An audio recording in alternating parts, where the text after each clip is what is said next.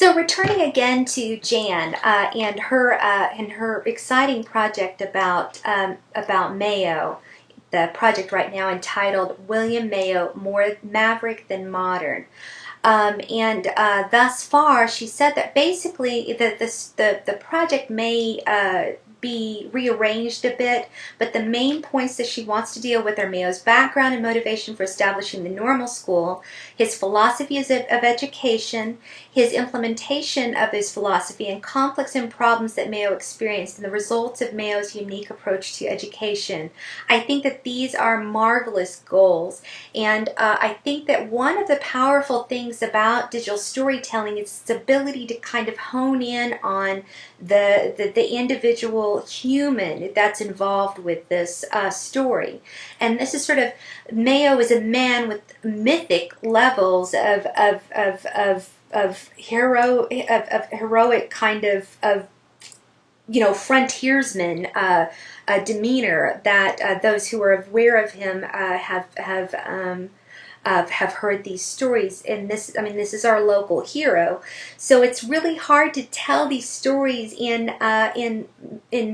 at the levels of the microcosmic kind of day-to-day levels.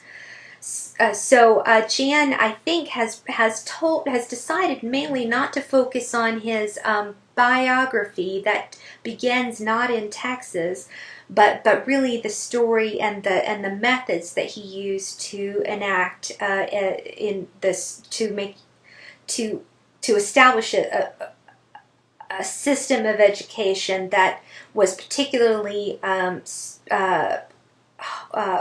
designed for this particular area and citizens who would then return to it.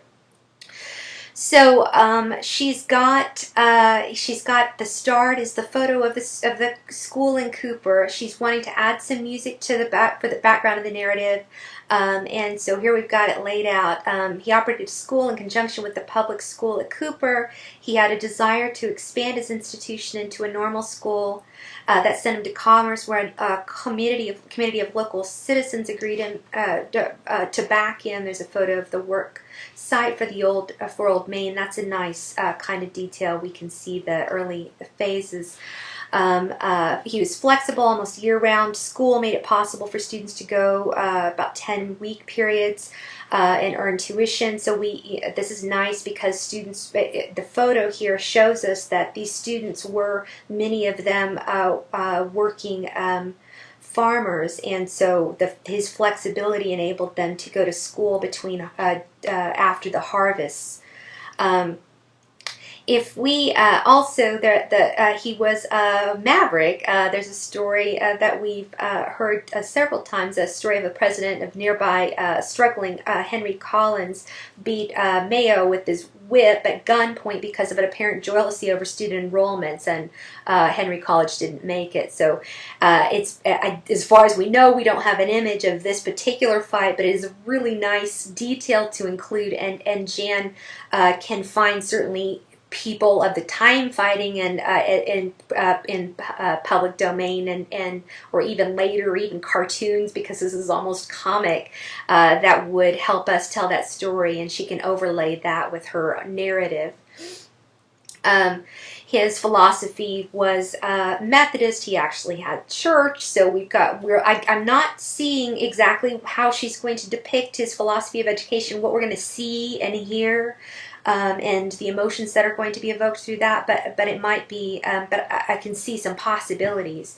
And then she's dealing with the 30th anniversary of East Texas State College at Commerce as a state-supported institution. Apparently there's some good information on that, and maybe we're going to see that.